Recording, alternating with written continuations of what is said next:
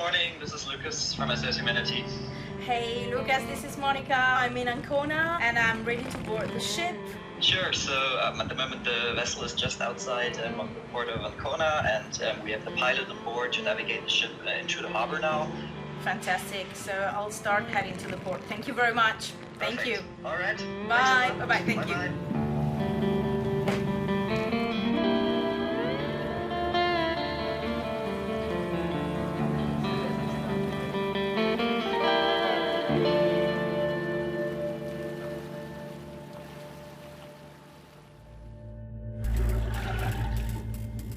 I have lived on Humanity 1 for 11 days. The rescue ship of the German NGO SOS Humanity has a mission: saving lives in the Mediterranean Sea. As record numbers of migrants attempt to reach European shores, I've been invited on board to tell the story of a rescue from the inside. The stories of those who make it happen and those who flee. Basically, a safety tour is to provide you all the information that you need to keep safe on board, and also how to react in case that something happened. From day one on board, I'm thrown into intensive training. The crew had already been at sea for 2 weeks and I had to catch up. My first trainer, 25-year-old Mexican second mate Carolina, is a professional crew member. It's a lot of survival equipment. But 1/3 of my shipmates are volunteers, and like me, they quickly need to know every corner of this 60-meter-long vessel. We are not just shown how to stay safe on the ship. No matter what's your role on board, everybody, even the journalist, must be prepared to save a life. The main thing I want you to learn from today is good quality, uninterrupted chest compressions. How many times is that? 30 times I will 30 do. times. Yeah.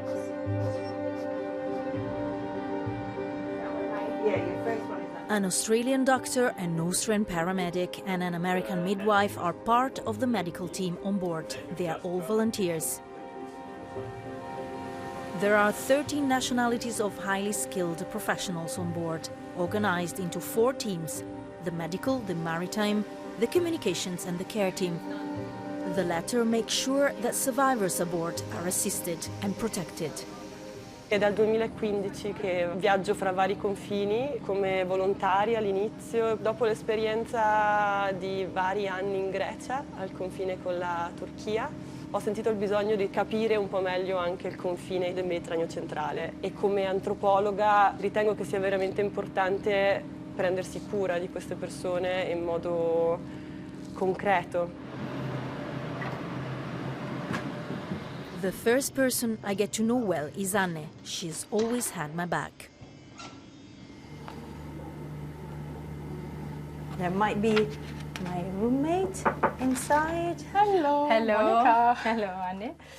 So, Anne is from Germany and she is our cultural mediator on board. Can you tell us what it is about?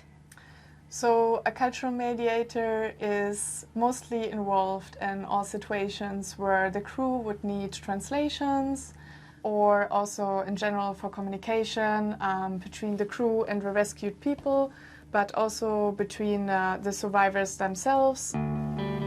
Humanity 1 would reach the search and rescue area south of Malta in 4 days. From the first day, we followed a tight schedule that would be strictly repeated. But still, every day on this journey couldn't have been more different.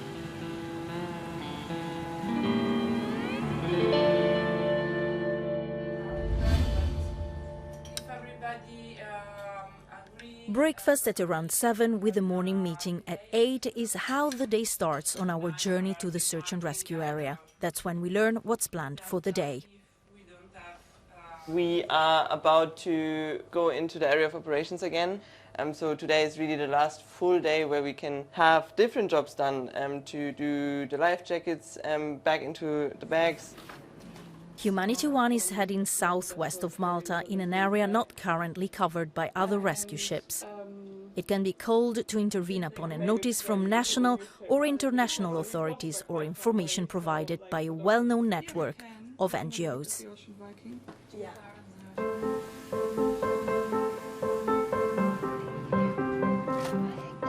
ahead of what's known as a state of readiness. When the ship alerts authorities that it is ready for rescue, preparation activities speed up.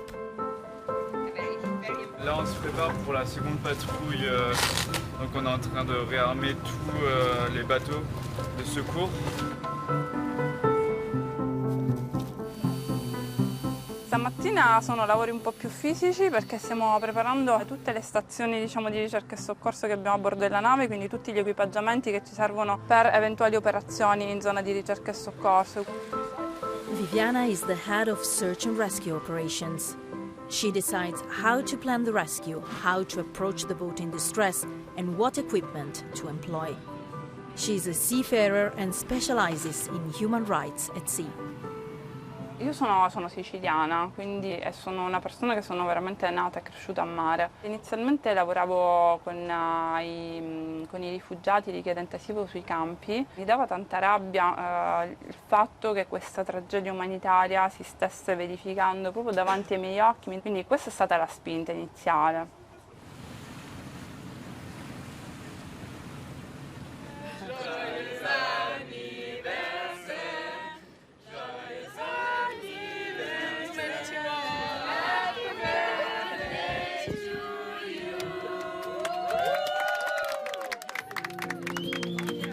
There's always a reward on board for the hard work. Tonight, it's the surprise celebration for the ship's first birthday with SOS Humanity.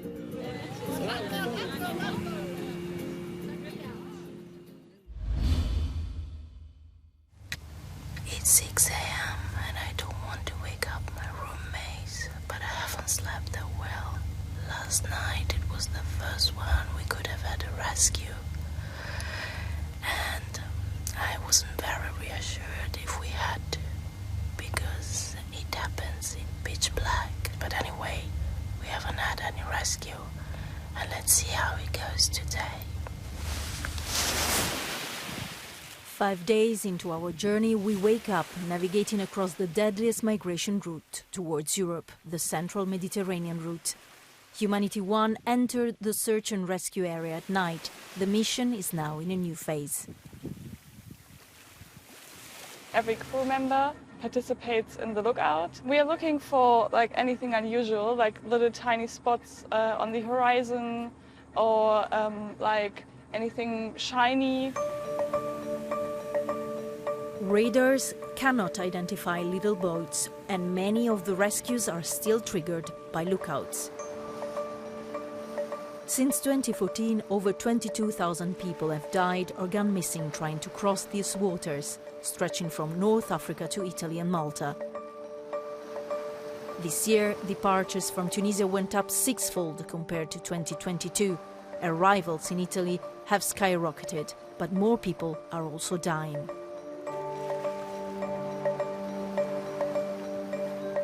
Since the beginning of the year, there has been already more than 2,000 people drowning in the Mediterranean Sea or that went missing, which is a number that we have not seen since 2017. Every week, 11 children drown while trying to cross the central Mediterranean Sea. SOS Humanity says there's a desperate need for an effective European program for search and rescue in the central Mediterranean Sea. NGOs fill this gap the best they can. So it shouldn't be a question like why we need those NGO ships. It should be a question how can we bring as many ships as possible into the area. But this is not happening, and rescue operations in the central Mediterranean suffered yet another blow in January. The Italian government imposed a new code of conduct on NGOs.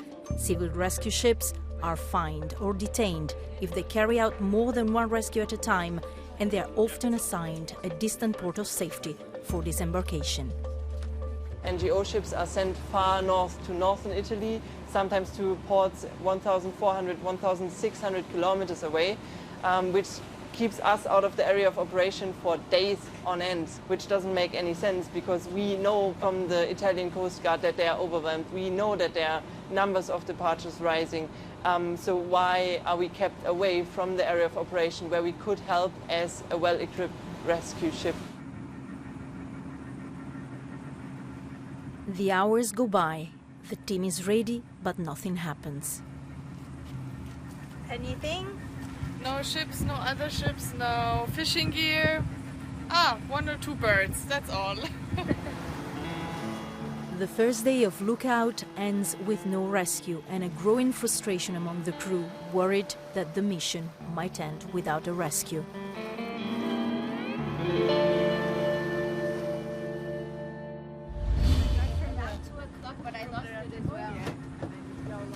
It looks like it's without engine and it's, just floating.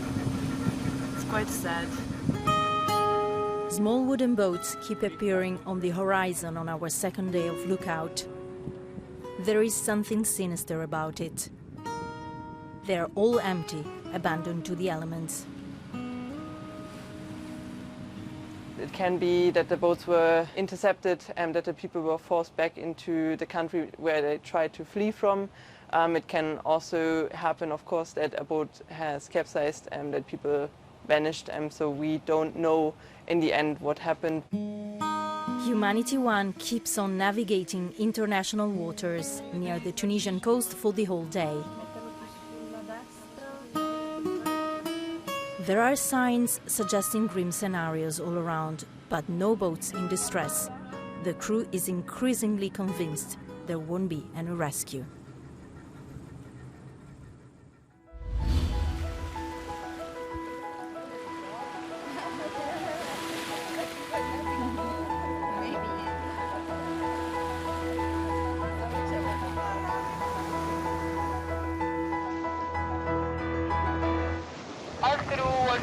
Let's get ready for rescue now. Let's get ready. We have just received the call for rescue and everything went really fast. Everybody was ready in minutes and we were ready to go.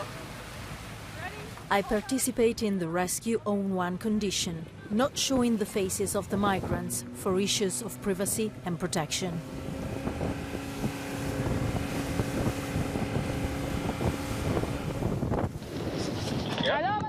You speak English? Arabic. Okay, very good, my friend. Sit down, okay? تمام؟ اجلسوا. Try not to attract too many people.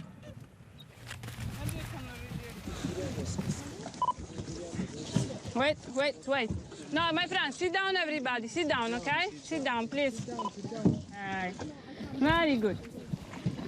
Okay, you come.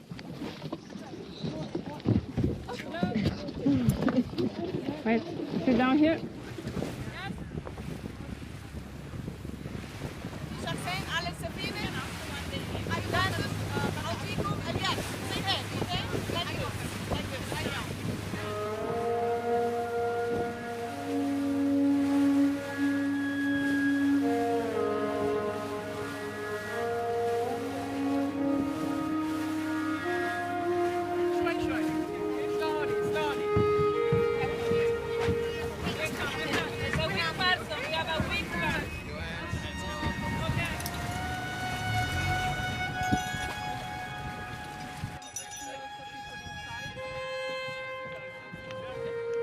We marked the boat with a date and the name of our ship. So that it can be seen from above, right? Especially from the airplane that do search and rescue. They know that it was rescued by us and it was not an interception. Inside there is high risk to inhale fuel and suffocation, and also the risk that they take water, so they can drown also inside. Sometimes it happens to find dead bodies inside the low deck.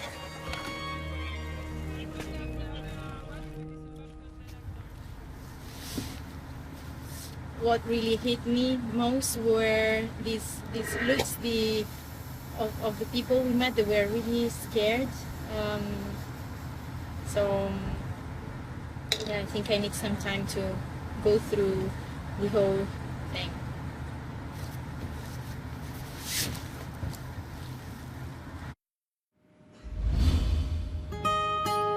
There are 57 survivors on board, all men, mainly from Bangladesh. The others are from Syria, Morocco and Egypt. They left from Libya the night before the rescue. As soon as they arrived on board, they had medical checks, food, showers, new clothes, and above all, rest. They were exhausted. They'd been in the sun a lot, so were suffering quite a bit from the dehydration and minor heat illnesses. But they are bouncing back beautifully. For most of them, the scars are invisible. Some have been detained in Libya. They have feared death. Some have lost family and friends. They are still vulnerable. Youssef, this is not his real name, has tried to reach Italy many times. فكرت أنا وعائلتي صغيرا هاجروا إلى إيطاليا. هاجرنا إلى إيطاليا فقارب طوله 8 ولا 9 متر. شوية تبين سكاطلة ليبية جاية. ميليشيات يجيو ما يرحموش، يجيو يضربوا لك القارب، يردك لليبيا ويديك المقر اللجوء، سجن. This time Youssef left his wife and his children in Libya. الفلوس قليل، جيت بروحي أنا. باش أنا نجي لإيطاليا نخدم على حالي ونفكر أنا نجيبهم من ليبيا نجيبهم معايا لإيطاليا، حيث ما نقدرش نديهم قارب الموت، قارب الموت صعب. There are many like Youssef on board, many like Youssef still in Libya, in Tunisia or Bangladesh and all the countries they flee from. The crew tries to support them as much as they can. Come ti chiami? Sono Carla. Carla specializes in ethnic psychology. She studied for 11 years to become a volunteer psychologist for migrants. Her day-to-day job is in marketing. Quello che si fa all'inizio è proprio il primo intervento psicologico che serve a stabilizzarli proprio per evitare un disturbo post-traumatico che può avvenire nei giorni successivi, possono iniziare a subentrare flashback, perché mentre il migrante è in migrazione pensa all'obiettivo principale che è quello di salvarsi, l'obiettivo di arrivare e non ha tempo appunto di focalizzarsi su quello che ha vissuto. This is the last of 4 days on board for survivors. Today, Sara, the protection officer, gives them information about their rights once in Italy and how to apply for asylum.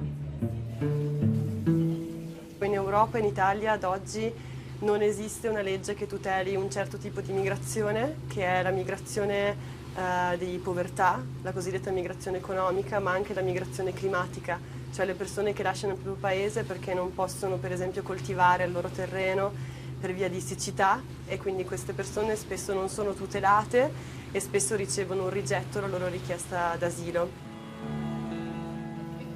After so many days at sea, we can finally see the coast. By tradition, the crew invites survivors to enjoy the view on the bow. Tomorrow it will be a big day for everybody.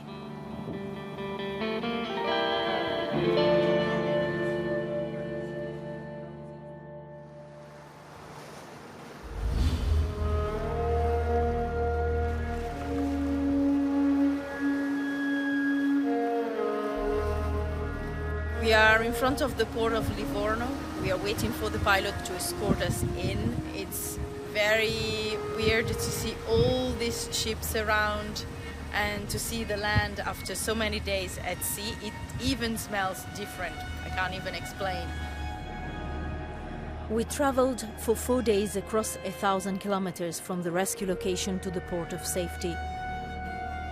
In Europe, discussions about migrants often revolve around numbers. How many arrive, how many die. To me, they were only people carrying heavy burdens.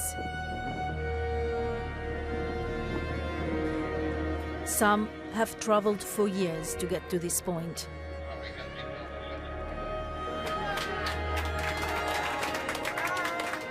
Statistics say only a small number of those who arrive will manage to stay legally in Europe. Many will be sent back to square one, their departure point.